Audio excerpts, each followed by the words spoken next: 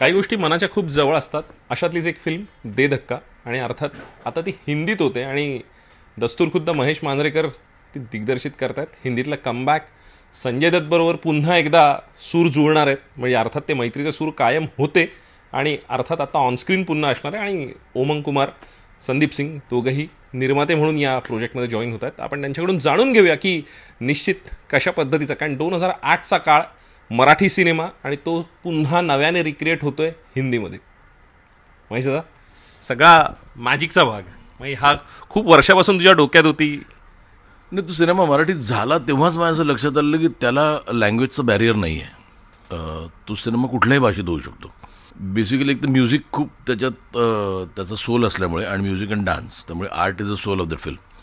आणि दुसरी गोष्ट म्हणजे एक डिसजॉईंटेड फॅमिली, ॲब्सोल्युटली डिसजॉईंटेड, ती एका रोड ट्रिपमुळे इतकी घट्ट होते. आणि see there is always fun in a road film, but this film had a very very strong, त्याचं इमोशनल कंटेंट पण खूप स्ट्रॉंग होता. तर मला ते कायम वाटायचं की याचा सिनेमा झाला पाहिजे, पण काही कारणामुळे झाला नाही तो. माझ्याकडे बऱ्याच जणांनी राईट्स मागितले, पण मी म्हटलं नाही, म्हटलं केला तर मी करीन हा कधीतरी. आणि गुड तो तेव्हा झाला नाही, कारण मला वाटतं की संजू हा ॲप्ट चॉईस आहे. मी त्याच्या एजसाठी हा राईट रोल आहे. एकतर तो ज्या वेळेला संजूने एक पंजाबी कॅरेक्टर केला आहे, नंतर तो हिलेरियस केला आहे. संजूची एक पद्धत आहे, त्याचं एक तर पंजाबी चांगलं आहे, त्यामुळे everything happens for the best. आणि मला वाटतं दिस इज अ टाईमलेस सब्जेक्ट. त्याला काही मरण नाही आहे. म्हणजे असं नाही की तो कालबाह्य झाला. 8 वर्षापूर्वी परिस्थिती वेगळी होती. आता तेच आहे, बरं, road trip is a road trip. फक्त काय होईल ह्याच्यात मला जराशी जास्त मजा करता येईल, कारण एक तर बजेट मिळेल मला. दुसरी गोष्ट म्हणजे म्हणजे बजेट इन द सेन्स, आता see at the end of the day मी हा पिक्चर त्यावेळेला, you will be shock to know की मी हा पिक्चर त्यावेळेला 90 लाखात केला होता. आणि it still was a struggle to make that film in 90 lakhs. पण आता काय होतं की आता मला ना की तो नॉर्थ इंडियन, मग मला तो लुक पाहिजे. पण then I want to select एक जागा जिथे त्याचा बॅकड्रॉप खूपच इंडियातला बेस्ट बॅकड्रॉप असेल. काय असतं, आपण दरवेळेला फॉरेनला शूटिंग करतो आणि त्याची खूप वावा करतो, पण मला वाटतं इंडियामधले काही काही लोकेशन्स अशी आहेत ना की ती फॉरेनमध्ये नाही आहेत. सो त्यानिमित्ताने मला तेही एक्सप्लोअर करता येईल ना की that road trip should be one of the most beautiful road trips. मला अजूनही आठवतं झी स्टुडिओ आत्ता जे झालं आहे त्यावेळेला झी टॉकीज आणि त्या सगळ्या गोष्टी होत्या. त्यावेळेला अख्खा म्हणजे 3:30 नंतर जर सगळ्यात मोठा बिझनेस करणारा त्यावेळेतला सर्वात मोठा सिनेमा हा दे धक्का होता. म्हणजे पुन्हा एकदा ते उभं राहण्यामागेही हा सिनेमा खूप कारणीभूत होता.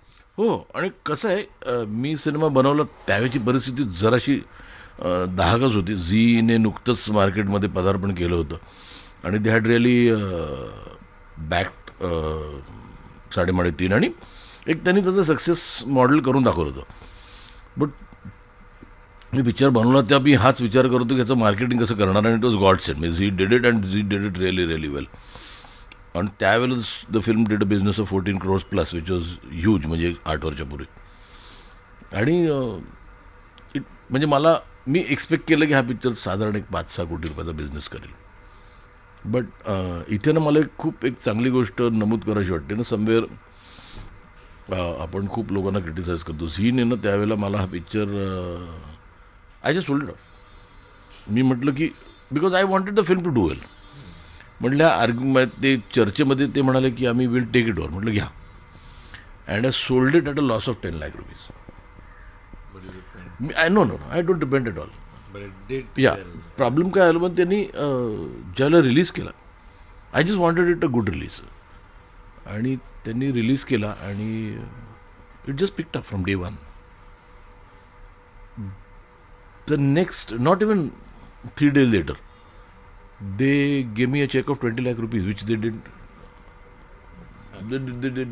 not have, because मी विकलेला पिक्चर, काही कुठे कॉन्ट्रॅक्टमध्ये नव्हतं. बट ते त्यांचं जेस्चर इतकं चांगलं होतं की आय रिअलाइज की म्हणजे खूप पिक्चर केले मी झीबरोबर. पण आय थिंक की आज त्या सक्सेसला आपण म्हणतो ना की झीचे पिक्चर सक्सेसफुल का होतात, त्याचं कारण ह्यामध्ये कुठेतरी लपलेलं असेल. एक तर कमिटेड टीम आहे त्यांची, आणि फिनॉमिनल. म्हणजे आय दॅट टाईम दे धक्का वॉज अ सरप्राईज. मी खूप सिनेमाचा स्क्रीन प्ले लिहिला आहे, पण मला वाटतं De Dhakka is my best screen play.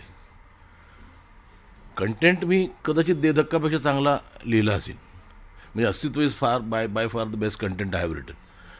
पण स्क्रीन प्ले वाईज म्हणजे एक असं ना, एक बॅलन्स असतो एक इमोशनचा, ह्युमरचा, म्युझिकचा, डान्सचा, तो इतका करेक्ट बसला नाही सिनेमामध्ये. आणि human relationships, I think it is a phenomenal film. आणि मला माहिती आहे की ज्या दिवशी हा पिक्चर रिलीज होईल ना, त्यावेळेला ह्या पिक्चरला मरण नाही.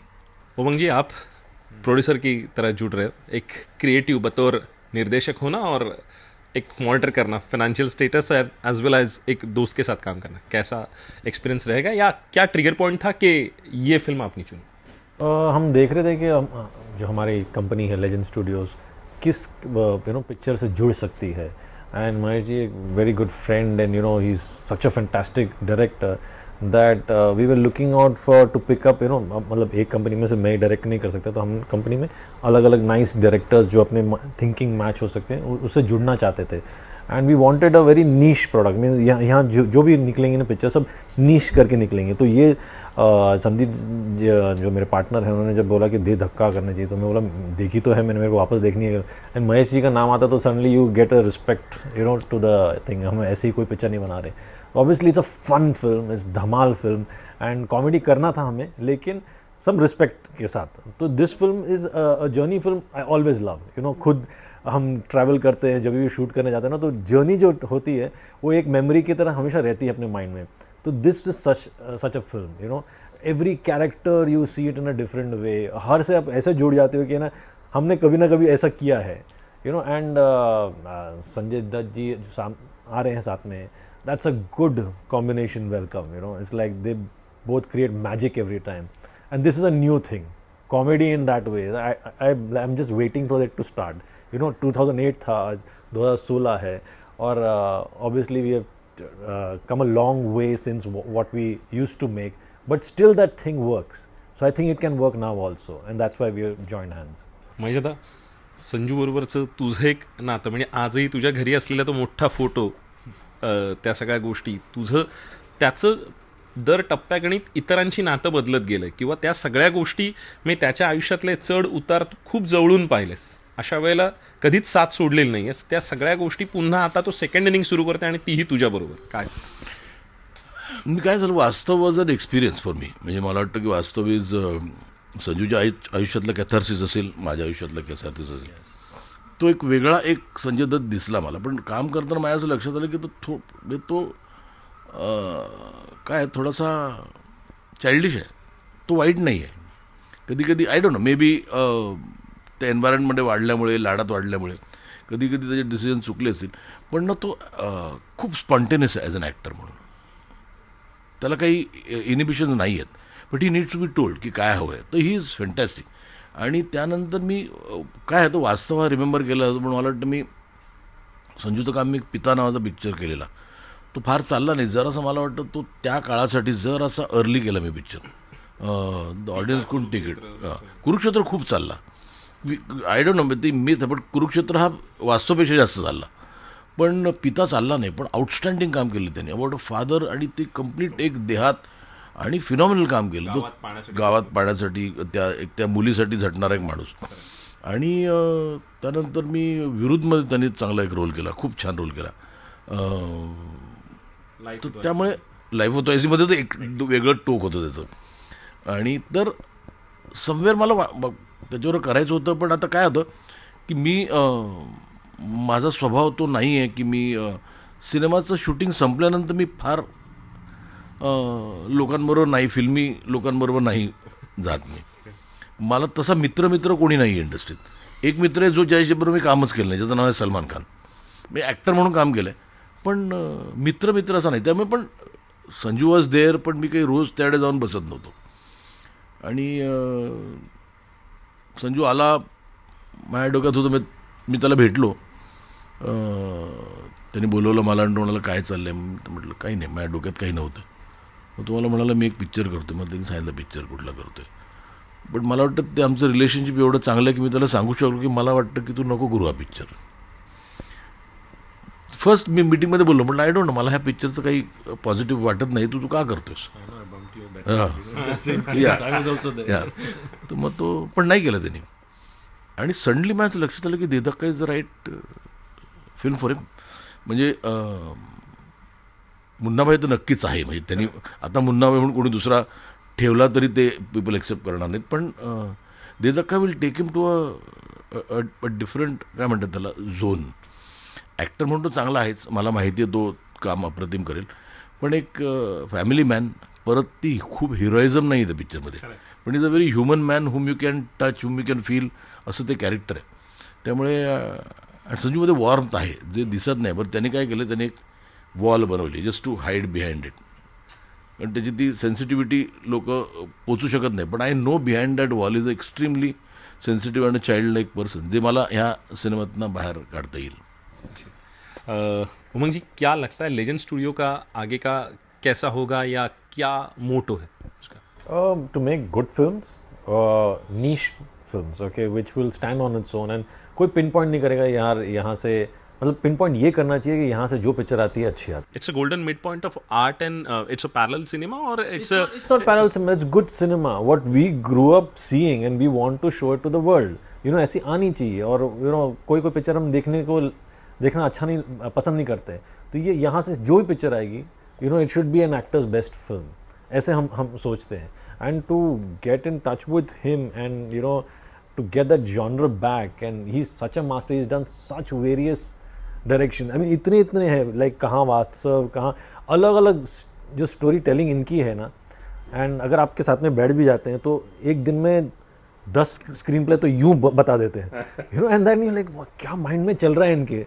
तो उस तरह के माइंड के साथ हम जुड़ना चाहते हैं. एंड लेजेंड स्टूडियोज में हमेशा वैसी ही पिक्चर आएगी, हर पिक्चर आएगी ना जो एक नीश आएगी, जो एक यू नो हिस्ट्री में एक मार्क छोड़ के जाएगी. वैसे हम कोशिश कर रहे हैं. म्हणजे आता खूप टर्निंग पॉईंट ठरला हा अनेकांच्या आयुष्यातला. मेधाताई असेल, मेधाताई पहिल्यांदा तशा अर्थानं मेन स्ट्रीममध्ये मकरंद जे कॅरेक्टर करत होता त्याची पत्नी म्हणून आली. सिद्धार्थ होता, सक्षमला पकपक पकाकनंतर एक पुन्हा मिळालं. गौरी वैद्य होती की ज्या पद्धतीने तिने काम केलं त्या सगळ्या गोष्टी. एक अख्खा बूम मराठी इंडस्ट्रीला आणणारा सिनेमा आणि तशा अर्थानं एक नवी पायवाट चोखाळणारा. आत्ता हिंदीत हे सगळं बघताना तुझ्या डोळ्यासमोर काय येतं? खूप चांगले चांगले ॲक्टर्स येत आहेत. आता म्हणजे जोपर्यंत कन्फर्म होत नाही तो आम्ही सांगू शकत नाही. पण देर आर खूप चांगले चांगले ॲक्टर. म्हणजे काही लोक गेस पण करतील. म्हणजे मला इनफॅक्ट ते आवडेल लोकांनी गेस करणार आणि मला सांगणार तू ह्याला का नाही घेत नाही, त्याला का नाही घेत आहे. पण खूप राहिलेल्या इच्छा आहेत. कारण कसं आहे, तो जो रोल आहे सज्जदच्या बायकोचा, तो मला एक न्यू कमर घेऊन चालणार नाही. I need someone who is a established actors and who can deliver, who can look like a mother and who can still you know sing a song and dance to the bhangra. तर आहेत. म्हणजे माझ्या खूप fulfilled इच्छा पूर्ण होतील असं मला वाटतं. बरं, काही लोकांबरोबर मी कामही केलीत, पण अंटिल एव्हरीथिंग म्हणजे मला ती त्या रोलसाठी परफेक्ट लोक मिळेपर्यंत मी ते आपल्याला सांगता येणार नाही. संजू फिक्स झाला आहे. म्हणजे काही बोलणी पण चालू आहेत, पण I think that will come at the right time. निश्चित. कारण शिवाजी काका त्यावेळेला CID करत असतानाही त्या सगळ्या गोष्टी कम्प्लिटली, मग ते कॅरेक्टर त्यातलं तो दारू पिणं असेल किंवा त्या मुलाबरोबरचं असले लव्ह अँड हेट रिलेशनशिप, त्या सगळ्या गोष्टी खूप इनोसन्स त्यातला जो आहे. नाही, शिवाजी हा माझा कायम फेवरेटच होता, आहे म्हणजे अजूनही. पण आता त्याला करता येत नाही काम, कारण तो CID अख्खं CID मय झाला आहे तो. त्यावेळेला आय इन्सिस्टेड, म्हणजे शिवाजी तू काही कर, वेळ काढ. मग शिवाजी व्हॉट ऑल टाईम. पण when I look back, I finish that film in 20 days. I was the producer, Sudesh होता, अतुल होता काळे, जोवर लिडिंग फ्रॉम द फ्रंट. पण 20 दिवसात पिक्चर संपलेला होता. म्हणजे काय एनर्जी लेवल होती सगळ्यांची, because we are all excited. आणि ज्यावेळेला फर्स्ट टाईम मी अतुलला सांगितलं, म्हटलं आपण अशी गोष्ट करायची अतुल आणि सुदेशला, तर देवर डिप्रेस्ड की म्हणाले नाही. तर मी म्हटलं तुम्ही काळजी करू नका, म्हटलं ही गोष्ट फिनॉमिनल आहे. आणि we just went about it. खूप साऱ्या शुभेच्छा, ढेर सारी शुभकामनाएं और wish you love luck and success. Thank you so much इतक्या आपलेपणाने बोलला. थँक्यू.